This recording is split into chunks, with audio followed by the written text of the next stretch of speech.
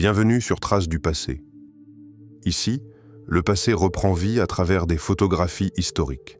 Abonnez-vous pour ne rien manquer.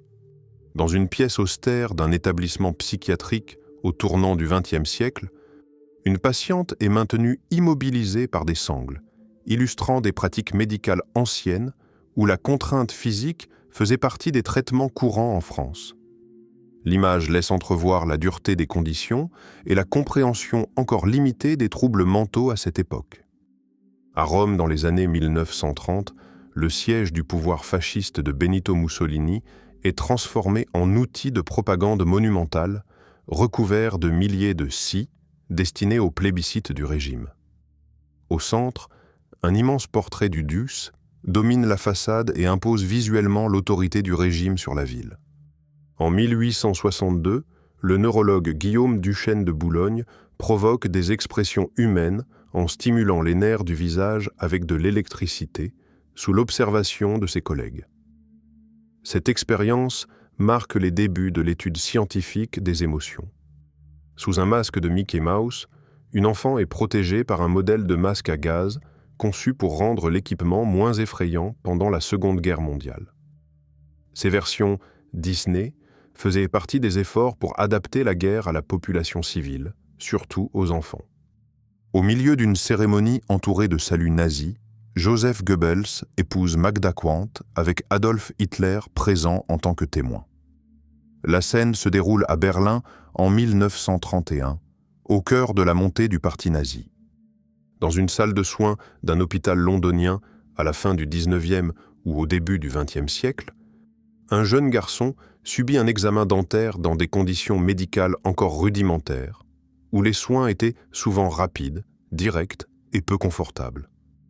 Le geste des mains autour de son visage reflète une médecine en pleine évolution.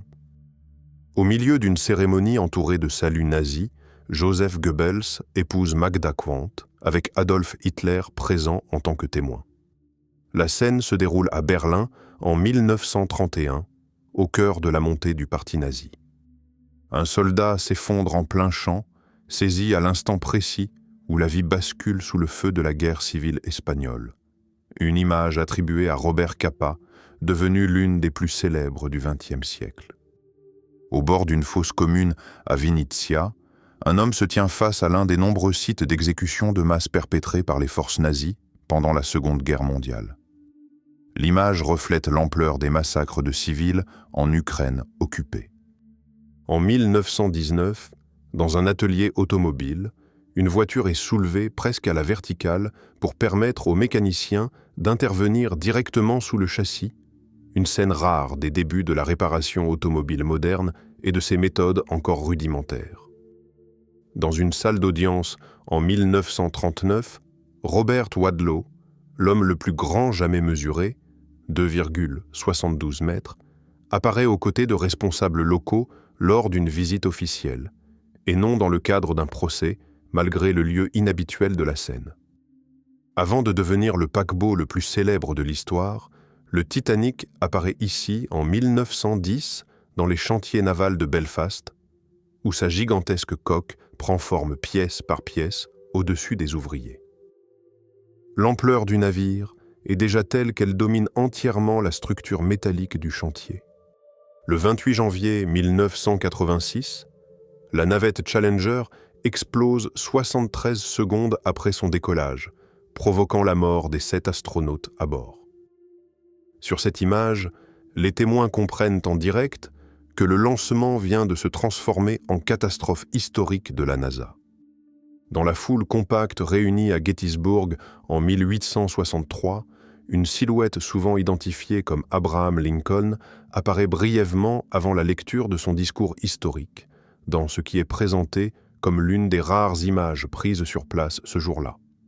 Silencieux dans l'Atlantique Nord, cet iceberg est souvent présenté comme celui qui a croisé la route du Titanic en avril 1912, peu avant son naufrage. Certaines observations évoquent des traces sombres sur sa surface, possiblement liées au contact avec le navire. À Boston, en 1975, un escalier de secours s'effondre en pleine intervention et le photographe Stanley Forman capture en une fraction de seconde une chute dramatique survenue lors d'une tentative de sauvetage. En 1968 à Saïgon, le chef de la police sud-vietnamienne Nguyen Ngoc Loan abat un prisonnier Viet Cong en pleine rue, sous l'objectif du photographe Eddie Adams, dans une scène qui deviendra l'une des images les plus choquantes de la guerre du Vietnam. Assis sur le sol, Mahatma Gandhi fait tourner le charkha, symbole central de l'indépendance indienne, dans une scène capturée en 1946 par la photographe Margaret Bourke-White. L'image transforme un geste simple en manifeste politique contre la domination coloniale britannique. Dans un studio de photographie, en 1948, Salvador Dali pose pour une image construite comme une illusion parfaite où des chats et de l'eau sont lancés en l'air pour créer une scène surréaliste totalement contrôlée par le photographe Philip Halsman. En 1917, en Égypte, des soldats en service sont photographiés à dos de chameau devant les pyramides de Gizeh et le Sphinx, dans une image qui illustre la présence militaire britannique au Moyen-Orient pendant la Première Guerre mondiale. En 1917, une suffragette pose fièrement avec le drapeau américain fixé à un balai, transformant un objet domestique en symbole de lutte pour le droit de vote des femmes aux États-Unis. L'image reflète la détermination du mouvement féministe à une époque de combat politique intense. Dans une formation silencieuse, des soldats britanniques se rassemblent pour rendre hommage aux millions de chevaux, mulets et ânes morts pendant la Première Guerre mondiale, indispensables mais souvent oubliés du conflit. Avant de partir vers la guerre, un jeune soldat s'assoit aux côtés de sa mère dans un dernier moment de calme, capturé juste avant le départ pour la Première Guerre mondiale. Une image silencieuse où la séparation est déjà présente. En 1917, un homme prend la pose au volant de sa nouvelle Ford T, accompagné de son chien assis à ses côtés, dans une scène qui illustre les débuts de l'automobile comme symbole de liberté et de modernité dans la vie quotidienne. Un soldat américain du 366e régiment d'infanterie, surnommé Big Nims, éclate de rire devant l'appareil photo, offrant un instant rare de joie au milieu de la Première Guerre mondiale. Derrière ce sourire, on devine un quotidien marqué par la guerre, mais aussi par des moments inattendus d'humanité. Même au cœur de la guerre, ce ne sont pas seulement les hommes qu'on soigne. Un soldat allié pense ici la patte d'un chien de service de la Croix-Rouge, utilisé pendant la Première Guerre mondiale pour porter des messages et aider les blessés. Dans une patinoire du début du XXe siècle, une machine primitive tracte et lisse la glace pour préparer la surface aux patineurs, bien avant l'arrivée des équipements modernes de resurfaçage. Cette scène illustre les premiers essais d'automatisation de l'entretien des patinoires. On dirait une cathédrale de glace dressée au cœur de Détroit. En 1917, une vague de froid extrême fige complètement cette fontaine, la transformant en monument hivernal spectaculaire. Autour d'elle, les passants s'arrêtent pour observer une scène presque irréelle créée par l'hiver américain. Sous un maquillage très contrasté et une coiffe inspirée de l'Égypte antique, Theda Bara incarne Cléopâtre sur un plateau de cinéma en 1917, à l'époque où Hollywood construit encore ses premiers mythes visuels. Son image contribue fortement à façonner la figure de la femme fatale dans le cinéma muet. Après des mois de guerre, un soldat américain descend du train et se fige une seconde avant d'être englouti par les bras de sa femme et de son enfant, déjà lancés vers lui sur le quai. La scène capture un retour où tout se mélange. Fatigue, survie et soulagement brutal. Dans un contexte de guerre de tranchées, un soldat présente un poignard de poing utilisé pendant la Première Guerre mondiale, une arme conçue pour transformer le combat rapproché en confrontation encore plus brutale et immédiate. En 1918, des femmes chargées de livrer de lourds blocs de glace travaillent dans les rues avec des outils simples, dans une époque où ce métier physique était essentiel avant la généralisation des réfrigérateurs. Leur effort quotidien illustre une réalité dure du travail urbain féminin au début du XXe siècle. Dans les rues de New York, en 1918, une foule se rassemble autour d'une pyramide formée de casques allemands capturés, érigés comme symbole de la victoire alliée à la fin de la Première Guerre mondiale. L'événement mêle célébration publique et démonstration visuelle de la défaite ennemie. 2 soldats ennemis posent leurs armes et se serrent la main dans un silence lourd de fin de guerre, alors que la Première Guerre mondiale touche à son dernier souffle en 1918.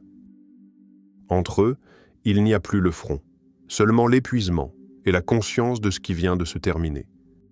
Des visages masqués avancent côte à côte dans les rues de Californie, où la grippe de 1918 impose ses règles invisibles et transforme le quotidien en un monde de précautions constantes.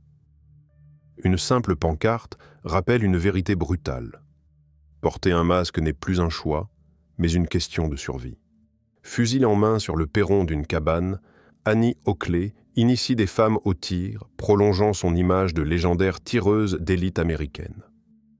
En 1918, cette scène prend un relief particulier. Même loin du front, la maîtrise des armes devient aussi un symbole d'autonomie féminine. Sur le pont du navire qui ramène les soldats américains de France en 1918, un ring improvisé s'improvise au milieu de la foule. Pour tromper l'attente du retour, les hommes organisent des combats de boxe entourés de leurs camarades massés tout autour. Le bois ne se coupe pas seul. En 1918, 2 femmes affûtent une hache sur une meule mécanique dans un travail physique longtemps réservé aux hommes. Derrière ce geste simple, on voit déjà le basculement provoqué par la guerre qui pousse les femmes vers les métiers les plus durs. Sous l'immense ossature du pont de Brooklyn, des charrettes tirées par des chevaux traversent une rue poussiéreuse en 1918, écrasées visuellement par l'acier massif qui plonge la ville dans l'ombre. Une scène où l'ancien monde et la modernité industrielle cohabitent dans un même cadre brutal. Sur une rue américaine, encore dominée par les uniformes masculins, Leola King dirige la circulation avec assurance, devenant l'une des premières femmes policières affectées au contrôle du trafic. Son geste simple impose une autorité nouvelle dans l'espace public de 1918. Même le baseball s'adapte à l'épidémie. Sur ce terrain de 1918, le frappeur, le receveur et l'arbitre portent des masques pour se protéger de la grippe espagnole. L'image montre à quel point la pandémie s'était imposée jusque dans l'un des loisirs les plus populaires des États-Unis. Mitrailleuses, fixées sur un sidecar, 3 femmes en uniforme composent une image presque irréelle du New York de 1918, où la guerre élargit brusquement les rôles confiés aux femmes. Derrière cette pose spectaculaire se lit une époque où sécurité, propagande et émancipation féminine commencent à se croiser. Dans un coin de caserne, le son du piano et des cuivres remplace un instant le bruit de la guerre, alors qu'un groupe de soldats américains joue ce qui s'annonce comme les débuts du jazz militaire en 1918. Autour d'eux, la musique devient une échappatoire fragile au front. Devant une rue déjà animée par les premières voitures, une camionnette transformée en cuisine mobile sert des repas chauds aux passants, dans une époque où la nourriture de rue commence à se moderniser avec l'automobile. Les clients patientent sur le trottoir, entre 2 mondes, celui des chevaux encore présents et celui de la ville motorisée qui arrive. Avant que le moteur ne s'éloigne du sol, une femme pose devant un biplan marqué AVOGE, équipé pour un saut en parachute dans ces premières années où l'aviation et le risque se confondent encore. Autour d'elle, tout paraît simple. Mais chaque vol de ce type relevait déjà de l'exploit. Sous des arches encore simples et presque expérimentales, le premier restaurant McDonald's de Des Plaines en 1955 annonce déjà une nouvelle façon de manger, rapide et standardisée. Le panneau Speedy Service System résume cette promesse d'une restauration pensée comme une machine à servir des hamburgers à grande échelle. Une même femme apparaît en plusieurs poses successives, figée comme dans une petite chorégraphie photographique réalisée dans l'atelier d'André-Adolphe Disdéry, où la carte de visite devient un format populaire de portrait au XIXe siècle. Chaque image capture une variation de posture, presque comme une étude du mouvement immobile. Une silhouette solitaire sur une mer presque vide, le Titanic glisse encore à la surface de l'Atlantique, figé dans ses 4 cheminées, sans savoir qu'il ne lui reste que quelques heures avant de disparaître à jamais en 1912. Derrière le rideau, Jacqueline Kennedy observe en silence son mari entrer dans l'histoire de la télévision américaine, alors que le premier débat présidentiel diffusé en direct oppose John F. Kennedy à Richard Nixon en 1960. Dans cet instant suspendu, la politique devient aussi une épreuve personnelle. Une route poussiéreuse serpente encore dans les collines de Los Angeles quand apparaît, fraîchement installé, le gigantesque panneau Hollywoodland en 1923. Pensé à l'origine comme une simple publicité immobilière, bien loin de devenir un symbole mondial du cinéma. Au-dessus d'une vallée encore sauvage, une ligne de chemin de fer traverse les montagnes comme une cicatrice récente dans le paysage. Un homme observe ce nouvel axe de fer qui relie désormais les 2 extrémités du continent américain, symbole d'un monde qui change à grande vitesse en 1868. Une mer humaine s'étend à perte de vue dans les champs de New York en 1969, où Woodstock devient bien plus qu'un festival, un point de rencontre massif d'une génération entière. L'ampleur de la foule transforme le paysage en symbole vivant de la contre-culture et de la musique libre. Si cette vidéo vous a intéressé, laissez un like et abonnez-vous à Traces du passé pour ne rien manquer. Dites-nous en commentaire quelle photo vous a le plus marqué. Merci d'avoir regardé.